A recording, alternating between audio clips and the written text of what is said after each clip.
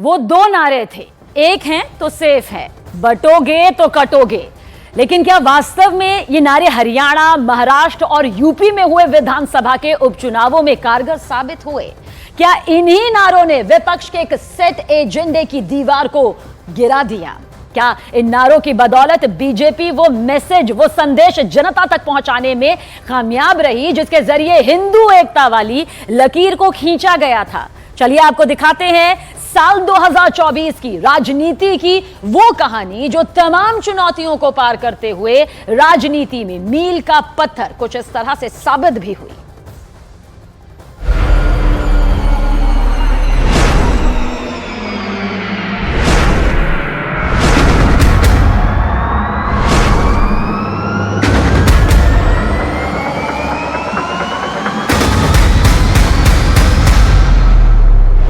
रहोगे तो नेक रहोगे।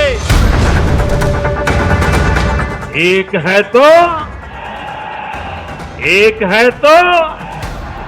ये वाला रूप दिखेगा तो पुराना नरेंद्र मोदी दिखेगा। ये बटोगे तो कटोगे। कोई माई का लाल आपका बाल बांका नहीं कर पाएगा। मुझे लग रहा है मोदी और योगी की जोड़ी 2027 में भी उत्तर प्रदेश में कमाल करेगी। उसके बाद 2029 के लोकसभा चुनाव में भी इनका असर देखने को मिलेगा। 2024 का सबसे बड़ा नारा, हम एक रहेंगे तो सेफ रहेंगे।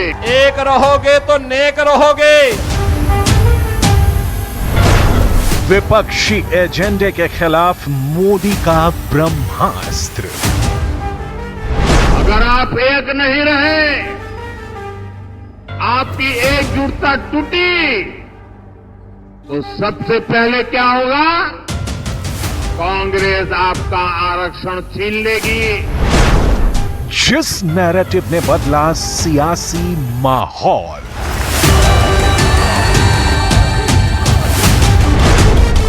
दो 2024 की सियासत का सबसे बड़ा गेम चेंजर।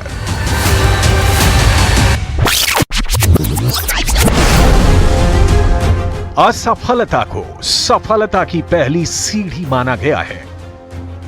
2024 के लोकसभा चुनाव में अपेक्षाकृत नतीजों का न आना भी नरेंद्र मोदी की असफलता ही माना जा रहा था, क्योंकि पहले से मजबूत विपक्ष ने ऐसा ही नैरेटिव गढ़ दिया था। लेकिन ना तो नरेंद्र मोदी ने धैर्य खोया, ना ही नरेंद्र मोदी इस झटके से विचलित हुए, और इसका नतीजा ये हुआ कि नरेंद्र मोदी के नए नारे ने सियासी माहौल को बदलना शुरू कर दिया। सरकार बनी तो उनका ये जरूर एक, जिसको कहें कि प्रयास था, एक कोशिश थी कि उनके काम में 2014 और 2019 से कोई फर्क नहीं दिखे, बल्कि वो ज्यादा आक्रामक थे, वो ज्यादा जिसको कहें कि लाउड थे, और उनको साफ साफ ये पता था कि उनका जो समर्थक वर्ग है, जो शायद किसी वजह से 2024 के लोकसभा चुनाव में कुछ थोड़ा इधर उधर चला गया है, नरेंद्र मोदी पर वो भरोसा जताते ही जताते हैं। तो मुझे लगता है कि करेंगे या नहीं करेंगे, नहीं, वो कर चुके हैं। सबसे पहले उन्होंने उस माहौल को भांपने की कोशिश की जिसकी बदौलत 2024 के लोकसभा चुनाव के नतीजे बीजेपी के लिए चुनौती बन गए, क्योंकि लोकसभा चुनाव के फीडबैक से कम तो ये पता चल चुका था कि किन वजहों से बीजेपी समेत एनडीए को नुकसान हुआ था। दरअसल बीजेपी और संघ को ये बात समझ में आ गई कि 2024 के लोकसभा चुनाव में जातीय राजनीति के असर के चलते ही उसको नुकसान उठाना पड़ा, और यही वजह थी कि टारगेट रखा गया बिखरे हुए वोटों को जोड़ने का। लेकिन ये टारगेट सफल कैसे होगा, इसका पता तभी चल सकता था जब एक ठोस एजेंडे के साथ हरियाणा और महाराष्ट्र जैसे राज्यों में बीजेपी कोई चमत्कार करती। भाई और बहनों, चाहे वो पब्लिक सेक्टर हो, चाहे वो रिजर्वेशन हो, चाहे वो शिक्षा हो, स्वास्थ्य हो, जो भी आज आदिवासियों को, दलितों को, पिछड़ों को मिलता है, वो इसके कारण मिलता है। और बीजेपी के नेताओं ने साफ बोल दिया है कि अगर वो चुनाव जीतेंगे तो वो इस किताब को बदल के परे कर देंगे। क्योंकि लोकसभा चुनाव में एनडीए को महाराष्ट्र में 48 में से सिर्फ 17 सीटें हासिल हुई थी, जिसमें बीजेपी की 9 सीटें थी, जबकि हरियाणा में बीजेपी के हिस्से 5 लोकसभा सीटें ही आई थी। यही वजह थी कि इन चुनावों में नरेंद्र मोदी की नई प्रचार नीति को कसौटी मान लिया गया। एक है तो सेफ है।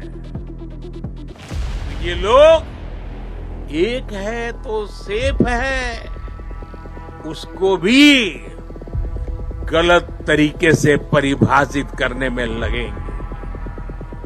जो लोग देश को तोड़ना चाहते हैं, जो लोग समाज को बांटना चाहते हैं, उन्हें देश की एकता अखर रही है।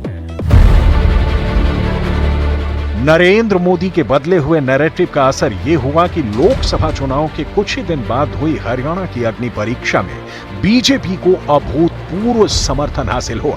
भारत माता की। हरियाणा की माता और बहनों ने यहां एक नारा दिया है,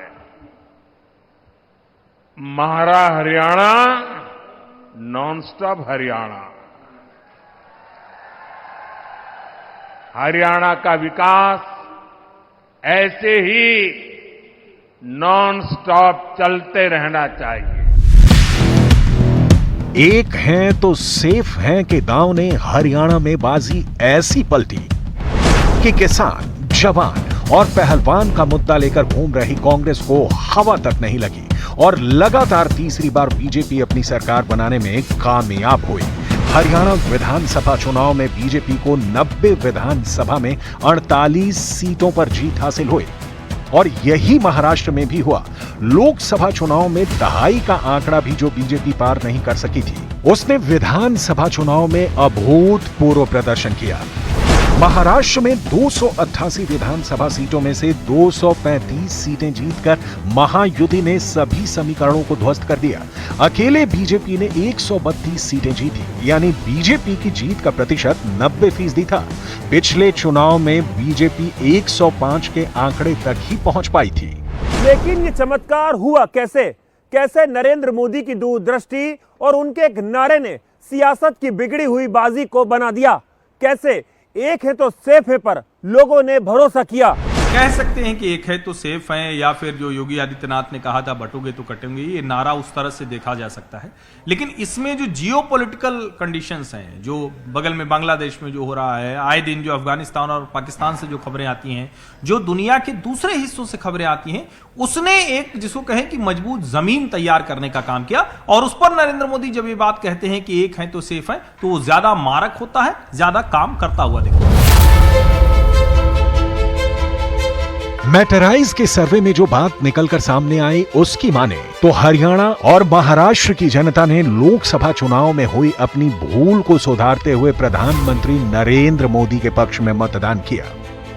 इस डेटा को जुटाने के लिए मैटराइज की तरफ से महाराष्ट्र में 76,000 से ज्यादा लोगों से बात की गई, जिसमें 37,000 से ज्यादा पुरुष, 24,000 के लगभग महिलाएं और 15,000 के करीब यूथ शामिल था। हरियाणा में 35,000 से ज्यादा पुरुष, 16,000 से ज्यादा महिलाएं और 10,000 से ज्यादा यूथ को शामिल किया गया। मैटराइज के सर्वे में जब महाराष्ट्र विधानसभा चुनाव और लोकसभा चुनाव को लेकर मतदाताओं से पूछा गया कि दोनों ही चुनाव में वोटिंग में इतना अंतर कैसे रहा, तो सर्वे में शामिल ज्यादातर लोगों ने बताया कि इसके पीछे जो सबसे बड़ा कारण था वो ये था कि लोग विपक्ष के संविधान में बदलाव वाले मुद्दे से भ्रमित हो गए थे, जबकि विधानसभा चुनाव के दौरान लोग महायुति सरकार के काम से संतुष्ट थे। इतना ही नहीं, 41% लोगों ने तो ये तक कहा कि विधानसभा चुनाव के दौरान मौजूदा सीएम देवेंद्र फडणवीस की लोकप्रियता में भी खूब इजाफा हुआ। प्रधानमंत्री नरेंद्र मोदी को जो गुजरात से उनकी पूरी राजनीति है, वो हिंदुत्व और विकास, इस मॉडल के लिए जाना जाता है। अब पिछले कुछ समय में जो भारत की राजनीति बदली है और जिसमें राहुल गांधी लगातार असफल होते हुए उन्होंने ये कोशिश की कि किसी तरह से हिंदू जातियों में बटे। अब अगर सीधे सीधे आप ये कहें कि हम हिंदू एकता के लिए काम कर रहे हैं तो शायद ये कहा जाएगा कि आप कम्युनल पॉलिटिक्स कर रहे हैं। उसको स्थापित करने की भी कोशिश आसानी से हो जाएगी। लेकिन जब आप एक हैं तो सेफ हैं कहते हैं तो इस नारे को सांप्रदायिक कह पाना कठिन है।